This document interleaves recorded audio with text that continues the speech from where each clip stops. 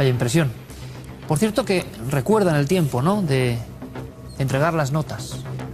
Recuerdan las calificaciones, recuerdan las jornadas sin dormir con los exámenes. Todo eso, bueno, pues es la forma que hemos tenido de instruirnos muchas generaciones. ¿Desde hace cuánto tiempo? Verán, vamos a hablar de educación, de la conspiración de la educación, si es que existe. Y vuelvo a incidir, no me interesa nada la política ni lo que ocurra recientemente o no. No tenemos una visión de última hora. Hablamos de la raíz del problema o de la virtud, quién sabe, vamos a debatirlo. Y es que la forma, el sistema educativo actual todavía bebe, su tronco nace en la época de Prusia, y un sistema que se ideó, según dicen los especialistas, los pedagogos, los educadores, se ideó casi como un concepto militar, militarizado. Por eso la estructura incluso, decían, de hasta la campana para llamar al recreo o para iniciar las clases, la forma en repartir las asignaturas como en bloques de determinado tiempo, y eso tan dramático para algunos, por lo menos para mí lo era, de las calificaciones. Todo numerario, todo ordenado, todo muy prusiano, ¿no? Hay muchas personas, muchas voces que en los últimos años aseguran que eso ya está obsoleto. Que en la vida de hoy en día, con la capacidad que tenemos de conocimiento en la palma de la mano, ¿sirve realmente pasar tantos años estudiando, sobre todo memorizando? Es cierto, ¿ustedes qué opinan? Yo no tengo la verdad, como nunca. Pero es cierto que hemos perdido gran parte de la fuerza de la energía de nuestro cerebro memorizando cosas durante gran parte de nuestra vida. Muchas de esas cosas que han ocupado parte del disco duro sirven realmente para algo, cuando hoy se puede acceder a ellas.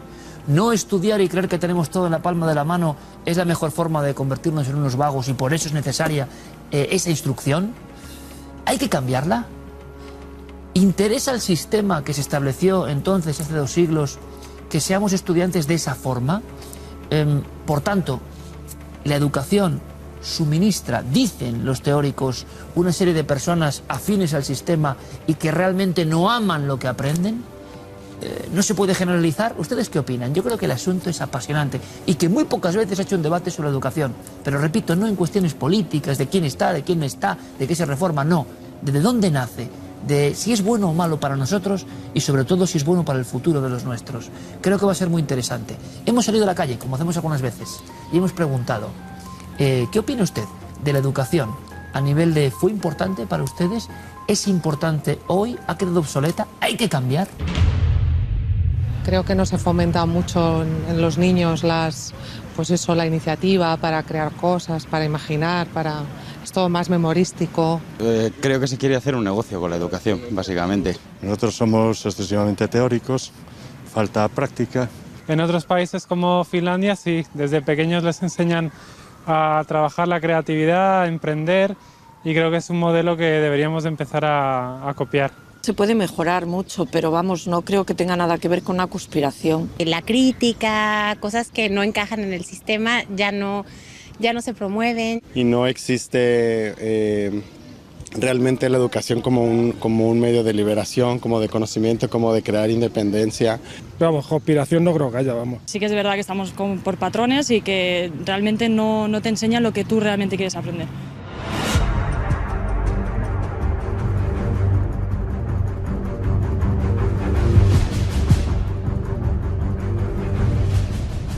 Este debate o esta mesa de redacción sobre un asunto tan importante es clave. Y entonces yo estoy, se lo voy a confesar, hasta un poco nervioso. No suelo tener tantas anotaciones encima, pero yo quiero presentarles a los invitados con unas frases que ellos me han remitido, como condensando su pensamiento. Nos importa su opinión. No queremos polemizar gratuitamente, simplemente queremos hacernos eco de una auténtica realidad que muchos quizá no ven todavía, pero que está ahí y que tiene diferentes planteamientos e hipótesis. Verán, voy a presentarles con esa especie de aldabonazo a nuestros invitados. Algunos ya los conocen y tenemos a 2 nuevos invitados que son auténticas autoridades y que seguro que nos van a hacer aprender. Nunca mejor dicho esta noche la palabra aprender, ¿no? Tenemos a Jaime Garrido, que ustedes saben que es una persona arriesgada, él es arquitecto de formación, pero desde luego sería un conspiranoico, entre comillas, o según siempre digo, anticonspiranoico, ¿no? Intentando denunciar poderes que nos ocultan y que no los vemos, pero que nos influyen, evidentemente. Él me decía, extrayendo un poco de su análisis, de niño tus papás te entregan en el cole en manos de otros mayores, supuestamente sabios y honestos. Los chavales lloran los primeros días, les van a insertar millones de medias mentiras entre medias verdades. No tendrán piedad de la inocencia. Les descuartizarán la realidad que saben y les implantarán a martillo la nueva, espantosa realidad falseada. Haigar, buenas noches. Buenas y educadas noches. Continuamos con un invitado, digo, de excepción, José Carlos Aranda. Él es doctor en Filología Hispánica, profesor de Lengua y Literatura, con una amplia formación en psicobiología, neurobiología. ¿Qué nos decía José Carlos? Que, por cierto, es autor de muchos libros. En este sentido, importante esta noche, gramática vital o inteligencia natural. ¿Cuál será? La inteligencia natural. Vamos a ver si lo descubrimos. Él me decía lo siguiente: examinamos de lengua, geografía, matemáticas, inglés, historia, arte. En definitiva, capacidad de retención y expresión de información. Pero a la vez ofrecemos una información que guarda poca o nula relación con su entorno físico y emocional. El del niño, el del alumno. En estas circunstancias, salvo que los refuerzos positivos de conducta estén muy claros en la familia, la desmotivación y el fracaso están servidos. José Carlos, bienvenido, buenas noches. Buenas noches, Enrique. Gracias por estar con nosotros. Maestro Enrique de Vicente, sobran las presentaciones. Tengo por aquí su titular. Hay muchos titulares en todo lo que han enviado nuestros amigos, pero creo que es importante. Dice: esa educastración se debería a que el sistema educativo occidental imperante coarta y limita las capacidades del niño para que éste se adapte al sistema vigente, en lugar de ayudarle a desarrollarse.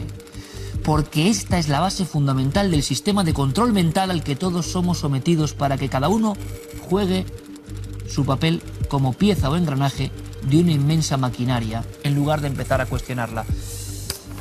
Bienvenido, buenas noches. Buenas y revolucionarias noches.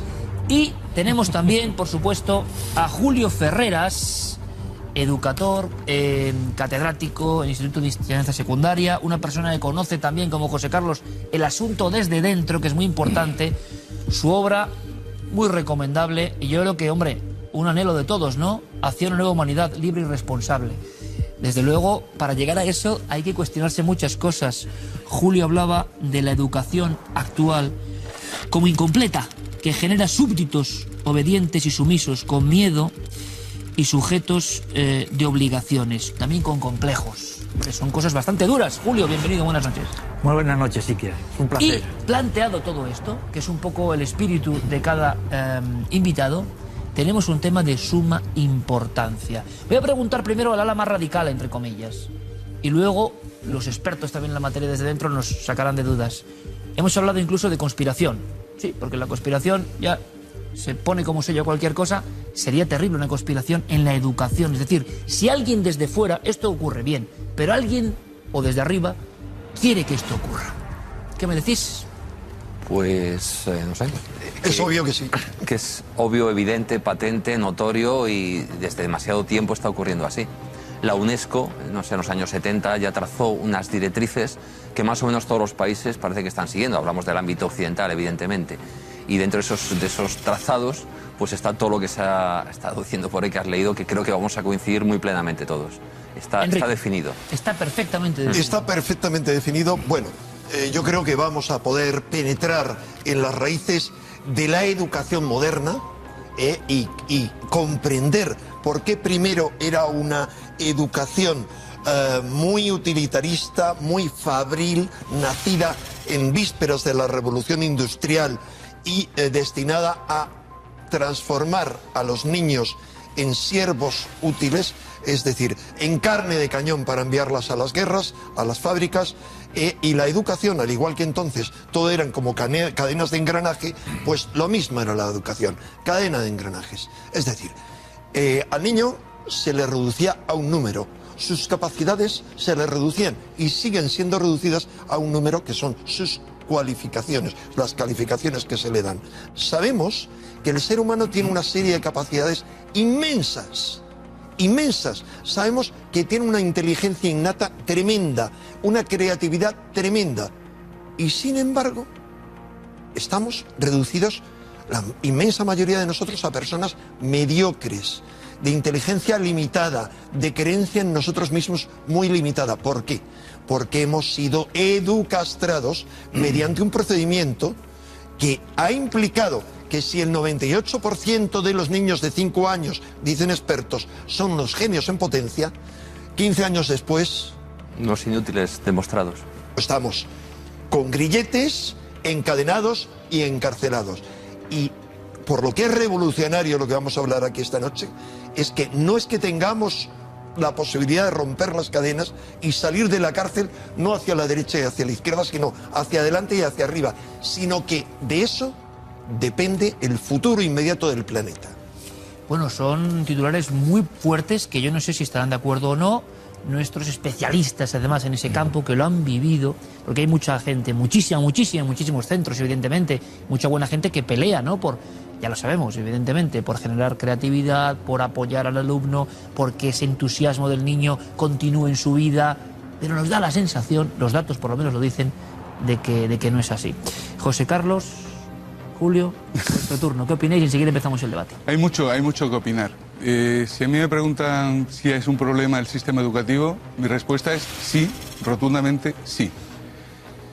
Pero creo que hay que derivar el problema y ampliar nuestras miras en dos sentidos. Primero, porque se confunde mucho educación con instrucción, no es lo mismo.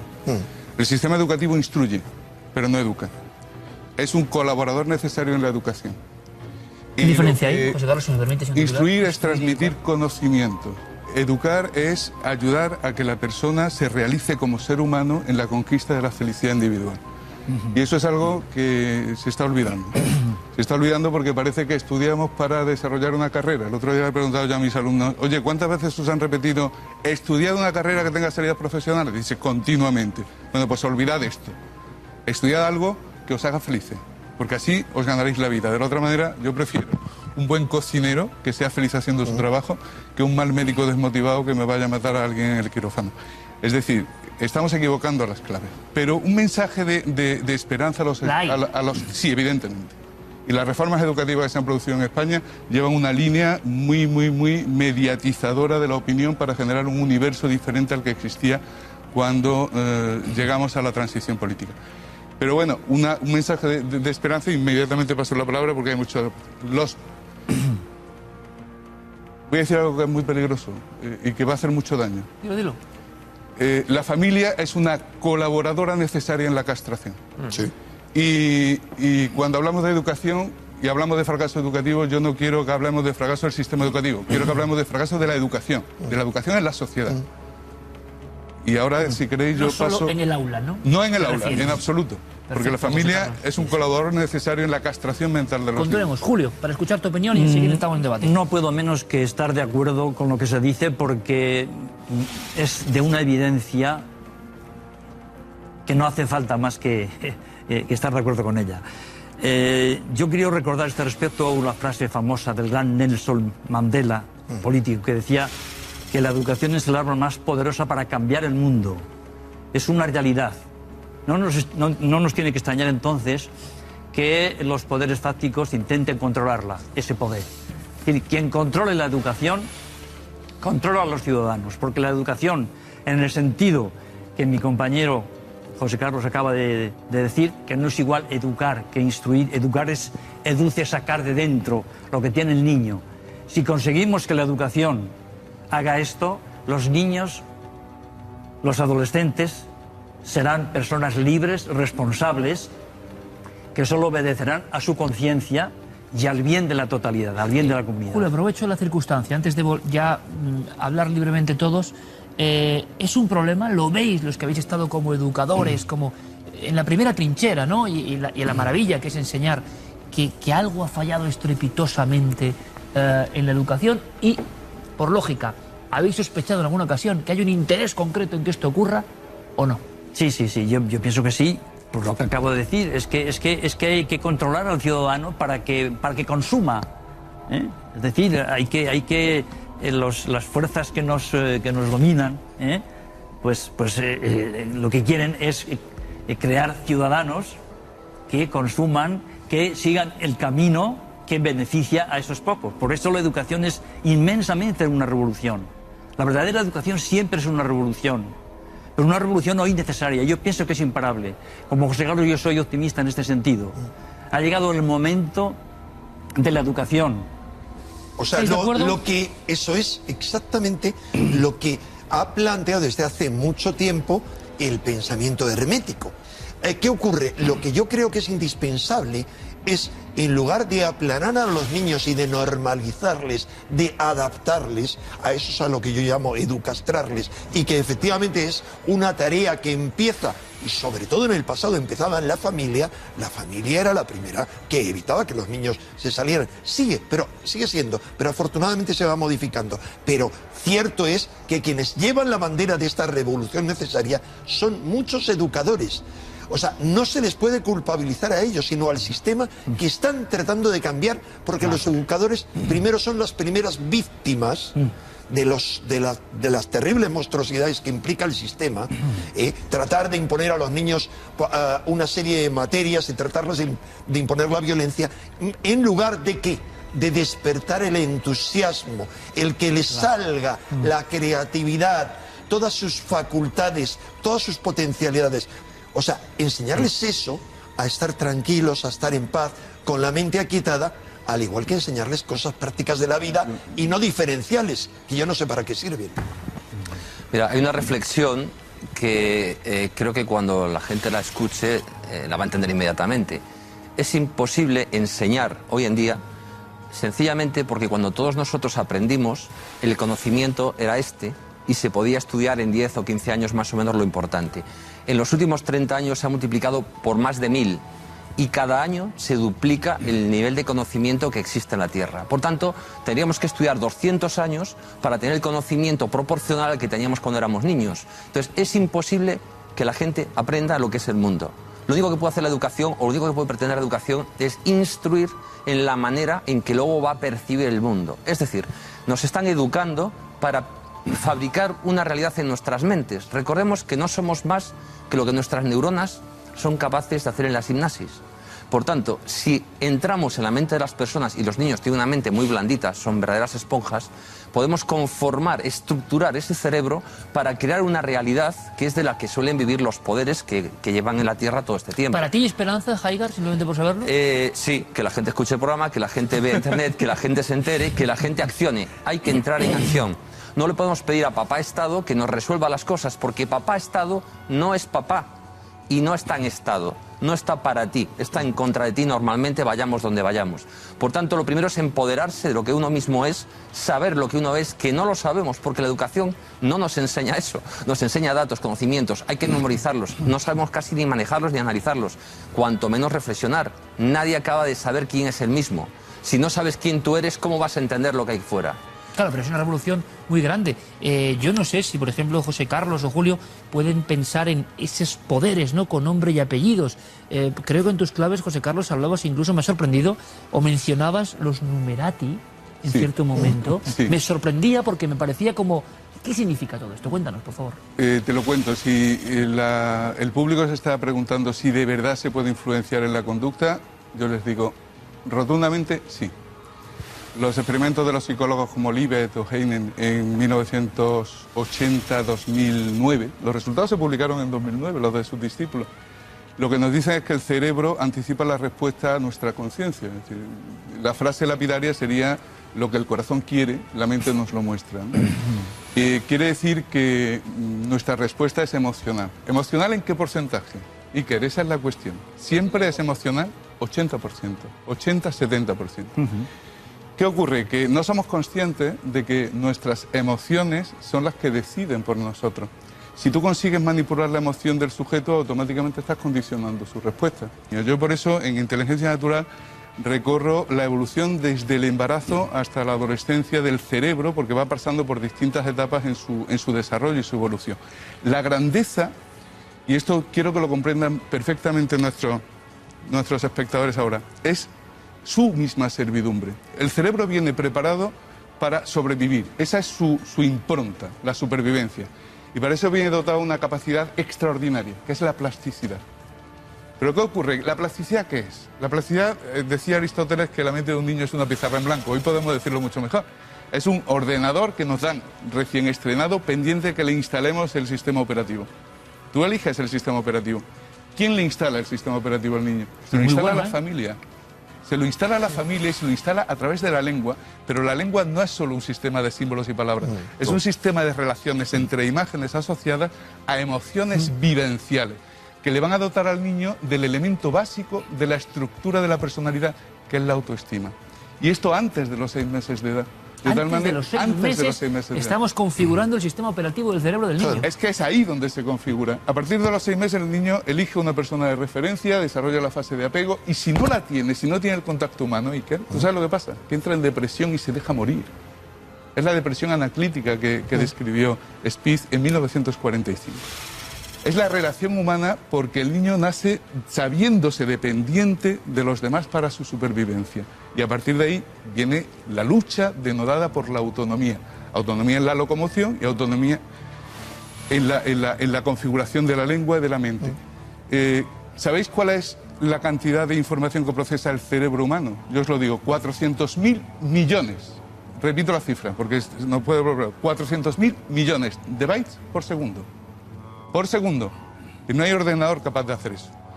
Pero lo importante de esos 400.000 millones, ¿qué cantidad de información retenemos en la conciencia? Solo un 1%. ¿Cuál es el criterio de discriminación que nuestra mente utiliza para desechar una información y retener otra? Quien domine esa clave domina al individuo. Estoy de acuerdo en lo que decías, Carlos, que yo creo que la revolución que está llevando a cabo la neurociencia hoy día y la psicología moderna, desde la psicología humanista a la transpersonal, va a hacer que en el futuro no se pueda controlar al ciudadano y a la educación como se está haciendo ahora. Salvo que haber una liberación. Completamente. Salvo que nos pongan un chip como pretenden ya ponerlo. Y quisiera, si me permitís, quería llevar el debate un momentín a algo en lo que creo que estéis de acuerdo y que yo creo que los telespectadores rara vez se han parado a pensarlo. Yo no sé si somos conscientes de que el sistema educativo en el que todos hemos sido educados es un sistema que está hecho conscientemente para las respuestas. Está prohibida prácticamente la pregunta. ¿Cuántas respuestas hemos llevado a cabo en nosotros? Miles en todas las materias. Y sin embargo, yo que en estos momentos, a pesar de que estoy jubilado, tengo un contacto con los niños, con primaria y secundaria, tengo unas experiencias increíbles. Los niños, yo voy a llevar a cabo cualquier actividad y los niños hasta 10 o 12 años no hacen más que preguntar, estar continuamente preguntando. Es decir, la verdadera educación es la educación de la pregunta. Julio, qué interesante. Y hay un baremo que tú notas que varía en esa ansia de preguntar. Hay un momento, una edad, donde eso si no se cultiva, desaparece. Por ahí voy, Iker. Por ahí voy y lo voy a contar. Te vas a hacer esta actividad en primaria y tienes que decirle a los niños, por favor, te toca a ti tal.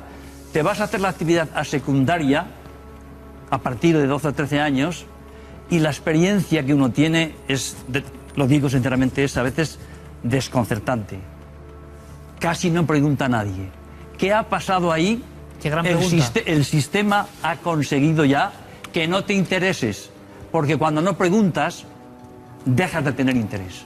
Es decir, y eso es lo que le interesa el que al controla sistema. la pregunta, controla la sociedad. Por eso, y lo digo con todos mis respetos, hay políticos que tienen miedo a las preguntas. Claro, se puede hacer de otra forma, es mi pregunta sincera también. Estamos dando una idea de que hay que hacer otra educación y no sé si es posible. Si el sistema este que se estableció, dicen que en Prusia hace 250 años, es el que tiene que seguir siendo válido. Yo tengo la sensación de que se pierde tanta energía que podía ser...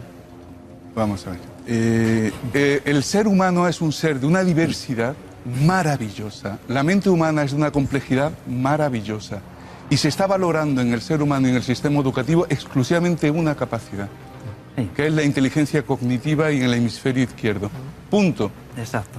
¿Qué diría una familia si yo suspendiera a su hijo hasta septiembre porque es incapaz de hacer amigos?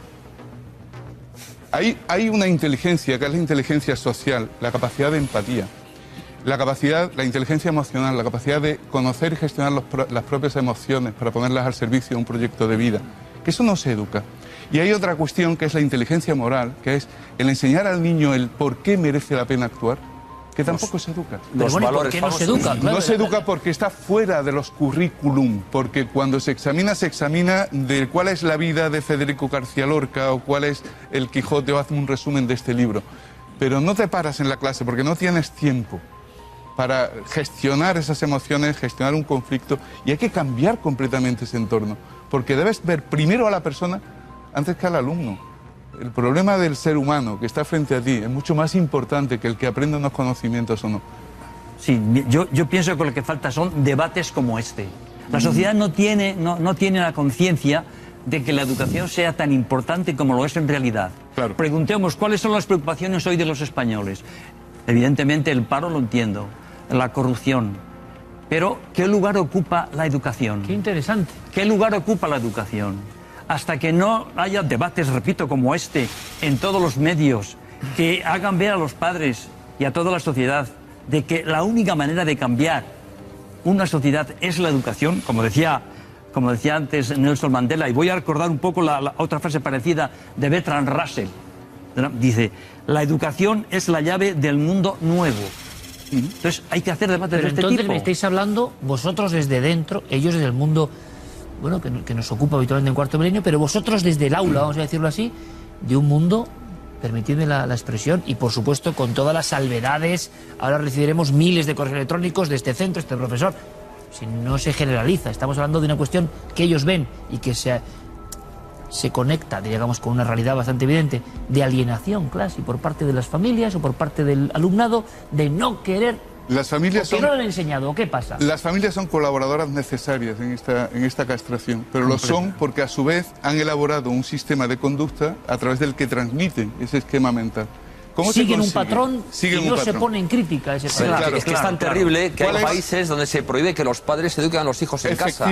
En España creo que se permite, pero a la hora de examinarlos tienen que pasar unos procesos de años para convalidar luego los estudios, que son terroríficos. Pero afortunadamente y no hay en España... niños más sanos ni niños más felices, primero, que los que educan sus propios padres, y segundo, recordemos que la historia de los genios de la humanidad está hecha de personas que son autodisciplinares y que son autoinstruidas. Cuéntame algo de eso. Y seguimos ahora con el debate. Fracasadas en la educación oficial, como le pasó a Jung, como le pasó a Einstein, completamente. Esto, profesor, es interesantísimo. Totalmente. Grandes fueron genios expulsados de clase. Sí.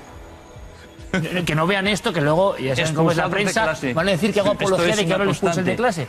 Pero que mucha gente no se sentía conectada con eso. Claro, precisamente como eran genios, tenían esa conciencia a la que yo me refiero a poco, y entonces no podían soportar una clase tan pasiva como aquella a la que asistían. O sea, ellos desde niños, con esa capacidad que tenían perceptiva, decían, esto no va... No, y con esto, esa esto realidad no es para que mí. ellos vivían y les constaba que era cierta, cuando se enfrentaban a la realidad que les intentaban aprender o estudiar en las escuelas, pues evidentemente chocaban con ellos. Ellos tenían constancia de que existían otras cosas, otras realidades que no eran las que estaban Vamos aprendiendo. a hablar ahora, y le preguntaré a Enrique, y luego seguiremos el debate, que es apasionante, sobre también las personas especialmente inquietas. Igual si un niño es muy inquieto, te lo meten en un centro médico también, que está ocurriendo. Y lo medican, y lo atontan, y lo vuelven loco. Ahora hablaremos, que este debate lo que pasa es que daría para muchas, y yo espero invitaros. Esto va a ser simplemente un bosquejo, pero hay muchas cuestiones sobre la infancia que particularmente nos interesan, o podrían ser debates o cuestiones sobre el futuro, ¿no?, que es la nueva humanidad que tenemos que realizar. Sí me gustaría brevemente, eso sí, compañero Haigar, que me describas, por favor, algo de lo que tienes ahí, porque siempre en esas sombras y es como un punto o nexo importante o nódulo en los debates. Pues por variar un poco, ver con las soluciones, porque si no estaríamos varias horas hablando. Soluciones para reeducar la educación. Primero, educar a la gente en valores. Fundamental, empezar por los valores, pero que no sean simplemente una anotación al margen de un libro, sino que vivan los valores no solo en la escuela. Los padres tienen que tomar conciencia de que tienen que educar a sus hijos. Quizá primero tengan que educarse ellos a sí mismos o reeducarse. Un hijo no es un elemento de consumo más que puedas aparcar cuando tiene 5 meses en una guardería. También la liberación de la mujer, dicho en el mejor sentido de la palabra, ha tenido bastante que ver con esto, porque los niños ya no tienen la ternura maternal, por más que les cuiden en las guarderías, ni tienen el punto de vista femenino, la feminitud no la tienen asimilada desde niños, que es cuando más se necesita realmente para que tengan esa creatividad. Y sus padres no le dedican tiempo. Son una cosa más que tienen en la vida. Seguro que hay muchos ejemplos, ¿no? Si no, Haigar, porque luego es que me las llevo yo, claro. Entonces, es la opinión suya, pero que quiere decir que mi molesta opinión. Exacto. Bien, hay que educar en libertad, por supuesto, en variedad, y como decían antes por aquí, la variedad del ser humano es tan enorme y tan grande que es absurdo que haya un sistema uniforme de educación.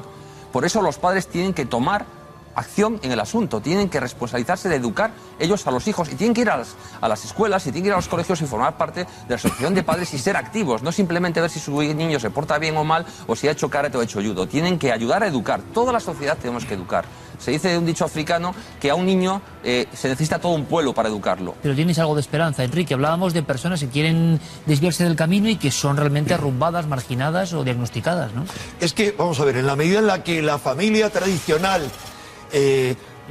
tiende a desintegrarse y a hacerse rebelde y no te implanta la norma de morirás por Dios, por la patria y el rey, a partir de ese momento surgen otra serie de elementos auxiliares, como la psiquiatría y como los medios de comunicación, que son los dos grandes lavadores de cerebro.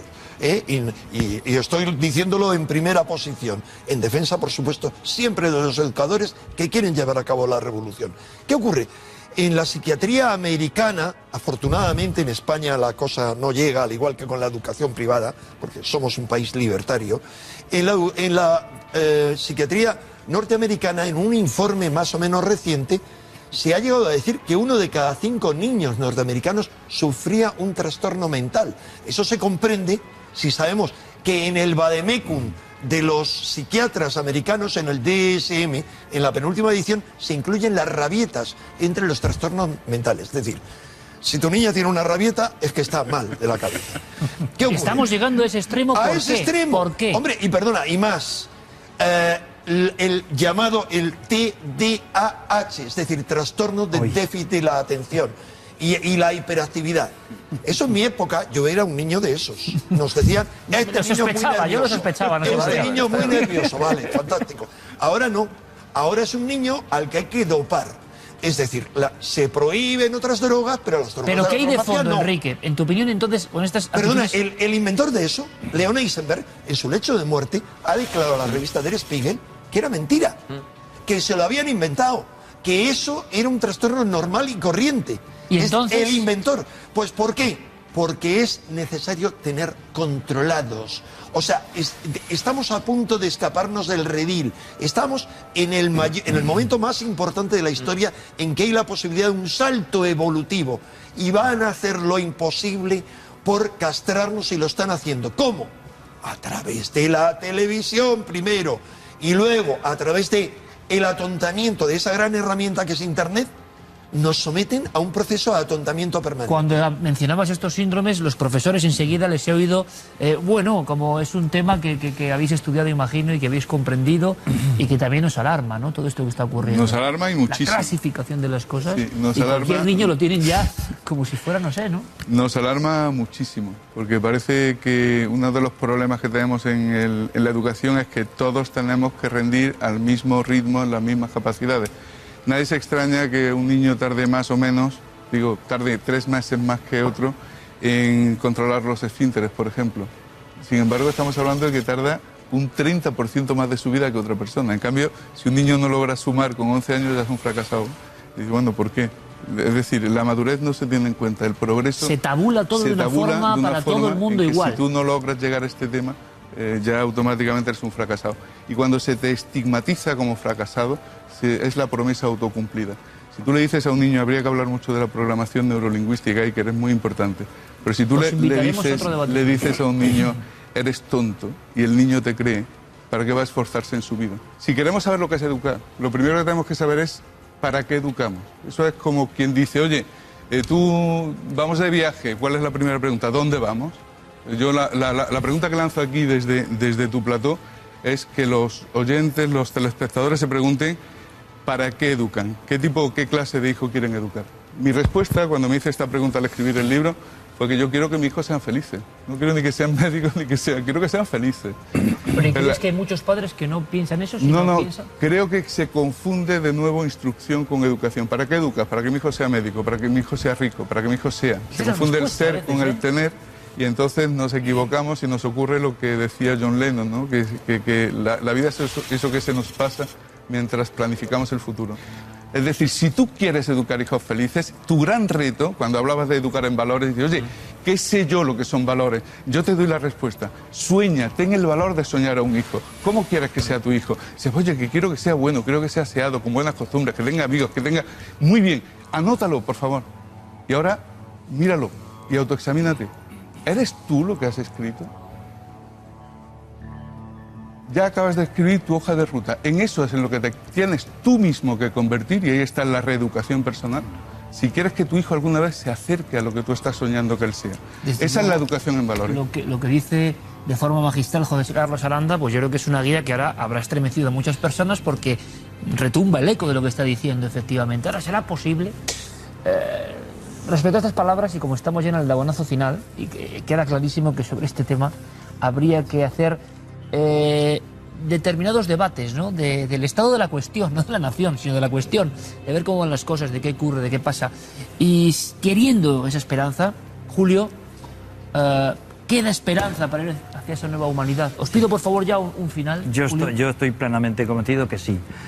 Yo quisiera hacer un pequeño recuerdo, aunque no me sea de paso, que en España, hace 125 años, hubo el primer intento de modernizar la educación.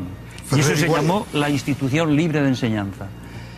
Yo tengo aquí 10 principios que, si da tiempo, los resumidos. Rapidísimo, y eso hoy día aquí se podrían poner, parece que están escritos ayer. Dice el primero: máximo respeto al niño. 2, amplitud de miras, estar abierto a toda la vida. 3, coeducación, el niño y la niña son el mismo ser humano. 4, no a los libros de texto, sí a los libros, pero no a los de texto. No a una enseñanza exclusiva del exterior. 5, importancia de la familia y los padres, que recordabas tú antes, vital. 6, la educación primaria y secundaria forman un todo, es una sola realidad. El educador es educador desde el niño con 3 años hasta el adolescente, el joven de 18. 7, las clases deben ser una conversación familiar e informal entre maestros y alumnos, llevados por un espíritu de descubrimiento, métodos intuitivos. 8, la disciplina no puede basarse en castigos, sino en la idea de corregirse y de mejorar. 9, principio de la pedagogía activa, contacto con la vida, método intuitivo. Y dice la propia institución, esto está acuñado por Pestalozzi y Froebel, 2 de los más grandes educadores. Y último, formar en la salud y la higiene, el decoro personal, la delicadeza del sentir, la depuración de los gustos estéticos, la tolerancia, la alegría, la serenidad, la conciencia del deber, la lealtad, la disposición a vivir como se piensa. Hace 125 años. Pues han hablado 4 amigos, 4 especialistas, 2 de ellos del mundo de la enseñanza. Ha sido un auténtico honor escucharos, y yo lo que creo que ha quedado clarísimo es que tendremos que hacer nuevas ediciones. Salían preguntas, ¿no? Como ocurre en los debates. Hemos hecho como una clase, esto podría ser una clase, ¿no? Del futuro, ojalá. Han surgido muchas preguntas, muchas cuestiones, y espero que se haya encendido en el interior de muchos espectadores esa ansia. Y además, siempre me ocurre lo mismo, es que hoy en día, que es una parte del gran cambio que podríamos debatirlo, nadie ha tenido todo el conocimiento o gran parte en una palma de la mano. Acceder a él, entusiasmarse y acceder es más rápido que nunca. ¿Servirá, por tanto, la constante memorización sin ganas para algo en este tiempo? En fin, lo debatiremos en el futuro. Ha sido un honor, de verdad. Muchísimas gracias y hasta la próxima. Gracias, hasta dentro de muy pronto. Gracias, compañeros, como siempre. Gracias, 4. Ha sido un placer escucharos. Que la reflexión quede ahí. Escríbanos si quieren, opinen con nosotros, profesores, alumnos. Bueno, hagamos algo, ¿no? Por lo menos por tener el ansia y el espíritu de cambiar las cosas. Vamos ahora con otra historia que evidentemente tiene que llegar en este momento, que es el puro misterio. Pero también el puro misterio a veces da una advertencia, una enseñanza e incluso una oportunidad. Van a verlo.